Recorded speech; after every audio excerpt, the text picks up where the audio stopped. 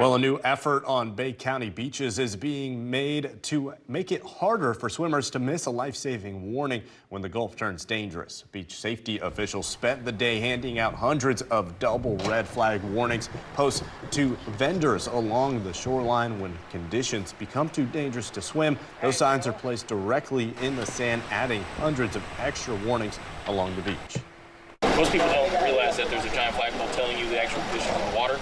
So with that, this is just an additional tool to help with the safety. Officials say the partnership with the vendors helps those on the beach stay safe and informed. With the help of local beach vendors, those signs stretch across Bay County's coastline, giving visitors one more clear reminder that when the flags are double red, the Gulf